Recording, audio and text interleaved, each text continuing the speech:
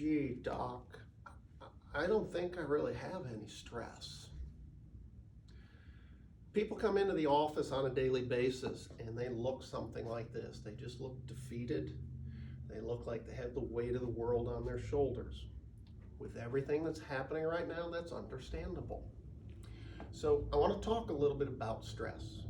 Simple definition or a simple way to think about stress is anything that forces the body to change.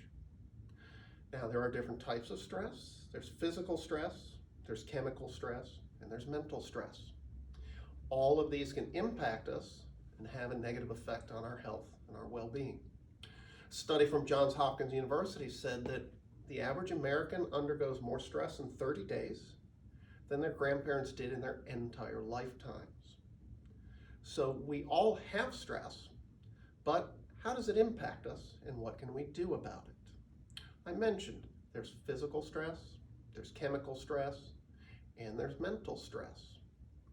So studies have shown the average American is exposed to over 1,000 different chemicals every day.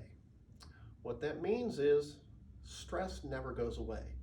What's important is how do we deal with it and what can we do about it? It can present itself with symptoms of pain, inability to sleep, loss of short-term memory. It can lead to inflammation, which can lead to things like heart disease, diabetes, and even arthritic pain. It can also present itself physically, where we just feel like we're being weighed down. Over time, this can lead to wear and tear and can be very destructive to the body. So what I'd like to share with you today is just a couple of ideas. Think about and be conscious of what you're eating. Try to avoid foods that are high in sugar, high in fats, high in calories. Try to eat foods with colors of the rainbow. More fruits, more vegetables. The other thing that we can do is spend some time for ourselves. Right now we're bombarded with all sorts of negative information and it's difficult. We all tend to internalize it and we think about it, and that can actually depress us and concern us and worry us.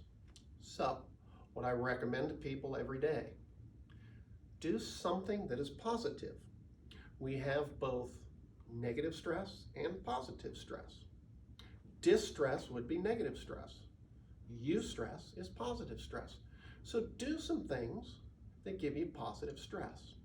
That can be something like some quiet time to meditate, or some people like to take quiet time to pray. Some people may like to take quiet time just to read. Getting outside and taking a walk can be a very, very helpful and valuable thing, especially with quarantine. A lot of people haven't been out. So maybe you get yourself in a habit. You motivate yourself to get up a little earlier and go out for a walk before it gets too hot. When you're out for a walk, try not to think too much and focus on things that you're worried about or things that get you agitated or upset. Think about positive things. Take the time to look beyond yourself. Look at the trees, look at the grass, look at the flowers, look at the animals. As I mentioned, stress is never going to go away. What's important is how well can our body adapt to the stresses we have. Hopefully, a couple of the things I've shared with you today will help you understand a little bit more about stress and help you understand some things you might be able to do. I look forward to sharing a little more information with you about stress in the future. But again, take some time, allow your mind to quiet down and calm down, and make sure you're getting enough rest, and make sure you're getting out and getting some exercise. Until the next time, please stay safe and be healthy.